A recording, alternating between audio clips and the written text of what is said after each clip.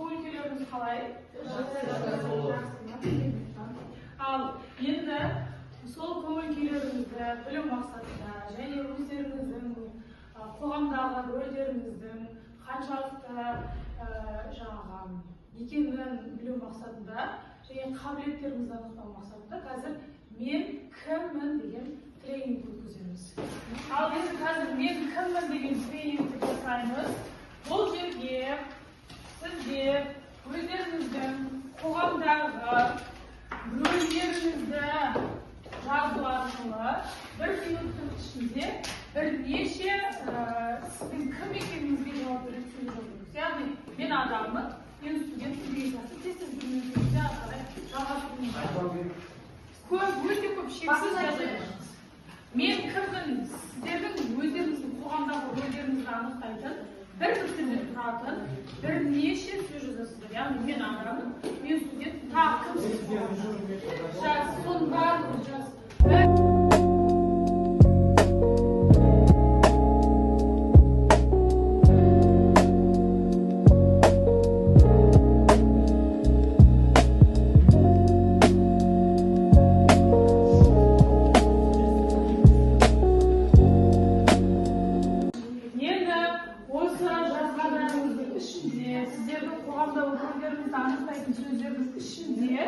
Сіздердің қабілеттеріңізді анықтайтын бөлім болды ма?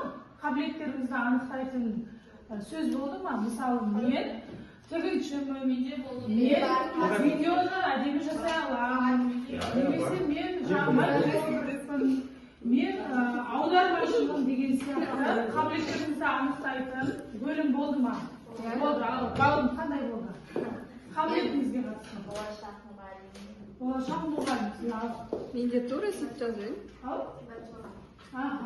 Мысалы, болашақ мұғалімсіз, болашақ мұғалім болу үшін сіздің бойыңызда қандай қабілеттер керек? Мысалы, мұғалім болу үшін қандай қабілетке ие болу керек? Сыйы болуым керек, сабырлы болуым керек, придется. Сосын сіздерге айтамын, сабырлы болуым керек, сыпайы болуым керек и білімім көп болу керек. Жақсы. Так, сіздерде қандай қабілет? Басқа, мұғалімдіктен басқа қандай ойларыңыз?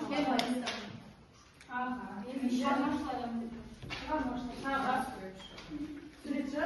Сіз сурет жасайсыз. Спортсмен, тағы? Суретші? Кірпік мастері, тағы? Ондай жоқ, қабілеттеріңізді анықтайтын сөз болған жоқ ішінде. Яғни барлықтарыңыздың қоғамда кім екендеріңізді жаздыңыздар. Тұлға екендеріңізді жаздыңыздар ма? Қазақстанның азаматы екенін ең бірінші жаздыңыздар ма? Сосын студент екендеріңізді жаздыңыздар ма? Сосын бір үйдің ертелетіп отырған қызы, ұлы екенін жаздыңыздар ма? Ол барлықтарыңызға қатысты. Енді одан бөлек тағы кімде ерекше мен кіммін дегенге жауап болды? Мен оқимын ба? Оқимын. Соңғы 15-ін оқимын ба? Оқы. Педагогпын, мен достыққа берікпін, мен адалмын, мен тұлғамын, мен лидермін, мен миллионермін, мен креативті студентпін, мен ақылшымын, мен дін исламмын, мен еңбекқормын, мен студентпін, мен қыш уақытта оқушымын, мен романтикпін, кашоппын, джентльменмін. Мен студентпін, мен адаммын, мен қызбын, мен жасөспіріммін, мен Қазақстан Республикасының азаматшасымын, мен жатақханада тұрамын, мен ағылшын адаммын, мен дара тұлғамын, мен өзім тұңғышымын, мен топ активистімін, мен сентименталды адаммын, мен ағылшын мұғалімімін, мен әншімін, мен суретшімін, мен кітап сыйратамын. Қабілетсіз адам болмайды, кез келген адам, кез келген оқушы, кез келген тұлға міндетті түрде белгілі бір іске қабілетті болады. Қабілет ұғымын сіздер психологияда, педагогикадан таныссыздар. Қабілет деген ұғым, ол белгілі бір істі басқаларға қарағанда ешқандай күш жұмсамай, нәтижелі, сапалы, жеңіл орындайтын іс-әрекет, ол қабілет болып табылады. Ол барлығымыздың бойымызда белгілі бір іске қабілеттіміз. Яғни біреуіңіз сурет салуға, біреуіңіз ән айтуға, біреуіңіз аудармашылық шаруашылық қызметке, немесе біреуіңіз әзіл айтуға деген сияқты, ол кез келген адам әзілді де айта алмайды, иә? Немесе біреуіңіз жаңағы психолог сияқты біреудің мәселесін тыңдап, соған жаңағы проблемасын шешуге деген сияқты әркім әртүрлі іске қабілетті, біреу тігін тігуге деген сияқты, иә? Енді осы жерде сіздерге сұрақ, мысалы, сіздер үшін қабілет деп айтқан кезде ең бірінші қандай ұғым естеріңізге түседі? Қабілет деген адамның талант, тағы адамның бір затта ғана икемділік, тағы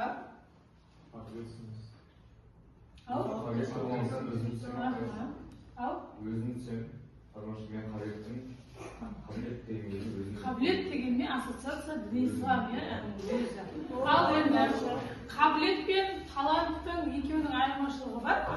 талант деген ол туа пайда болады, әрбір адамда әртүрлі болады. Ал қабілет ол икемденіп, яғни жүрек пайда болады, ол үйреніп күнделікті орын алып жатқан оқиғалар. Жақсы. Енді жаңағы тура жібектің жауап берген сұрағы, қабілет туа біте ме, әлде қалыптасады ма? Жүре пайда болады деп ойлайсыздар, иә? Мысалы, қандай қабілетті адамдарды білесіңдер? Қабілеттің қандай түрлерін білесіңдер?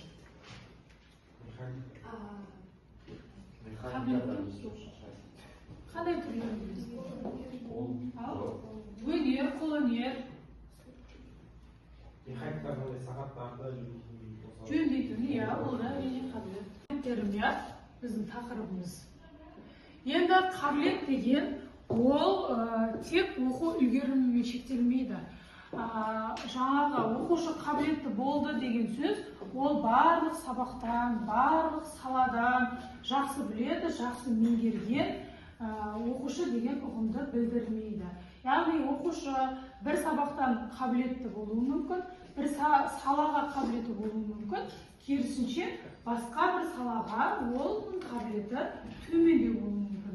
Яғни мысалы ол математикадан жақсы есеп шығаруы мүмкін, бірақ тіл сабақтарына, гуманитарлық сабақтарға өз ойын айтуға, сөйлеуге, ортада пікір білдіруге шорқақтау болуы мүмкін. Яғни қабілет әркімде әрқалай көрінеді, және ол барлық саладан қабілетті болуға міндетті емес. Қабілет ұғымын, интеллект ұғымын зерттеген Говард Гарднер, яғни интеллектінің бірнеше түрлерін ұсынды. Яғни ол логикалық, тілдік, кеңістік, музыкалық, тұлғаралық және ішкі тұлғалық деп осындай түрлерге бөлген. Тану мен концепциясының негізінде дейді. Яғни қабілетті егер танитын болсақ және танымайтын болсақ қалай болады? Қабілетті бойымыздағы қабілетті ескермесек, бойымыздағы қабілетті тани білмесек, бізде мазасыздық және қабілетсіздік болуы мүмкін, яғни ескермесек. Ал егер қабілетімізді, бойымыздағы қабілетімізді ескеріп, онымен жұмыс жасайтын болсақ, бізде қабілетті сезіну, оқу мотивациясын арттыру, өзіне деген сенімнің нығаюына алып келеді екен. Ал егер қабілетті танымасақ, оны ескермесек, сенімсіздік пайда болуы мүмкін. Дарын деген ұғымды қалай бір-бірімен байланыстырды? Енді қараңыздар. Қабілет бұл ең бірінші бастапқы төменгі деңгей. Яғни адамда әртүрлі факторлардың әсерінен қабілет болады. Яғни тұқымқуалаушылық арқылы немесе әртүрлі басқа факторлар арқылы қабілет болады. Адамның белгілі бір іс-әрекетті үйренуге бейімділігі, яғни бұл әр адамда болады. Қабілетті қолға алып дамытқаннан кейін, белгілі бір нәтижеге жеткеннен кейін, ол талантқа айналады. Яғни талант дегеніміз қабілеттің дамыған түрі. Талант деп атаймыз.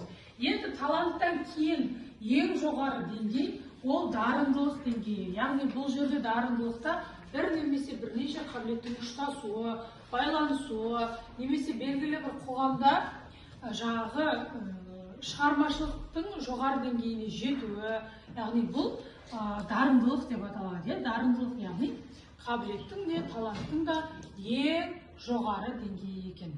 Енді осы сіздердің қабілеттеріңізді тағы бір анықтап, жаңағыдан қарағанда нақты қайсы екенін анықтау мақсатында менің күш картам деген қазір карта құрастырамыз.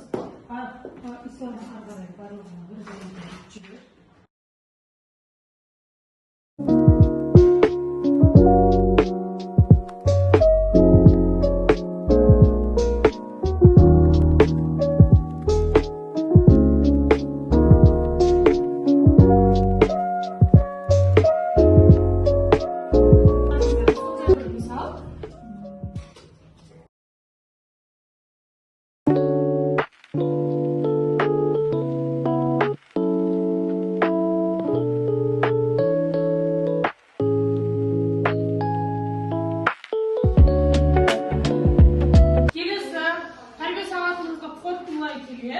Қабілет ағашы арқылы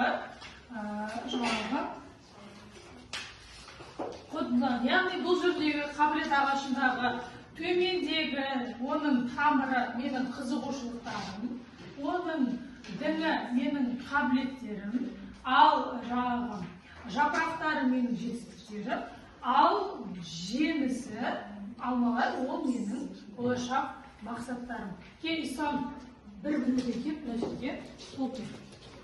Менің қандай қызығушылығым бар?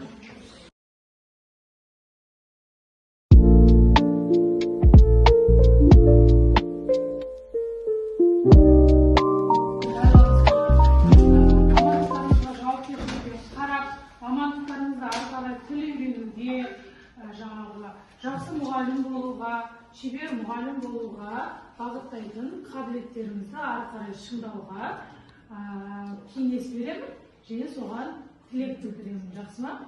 Жақсы. Тәрбие сағатымыз.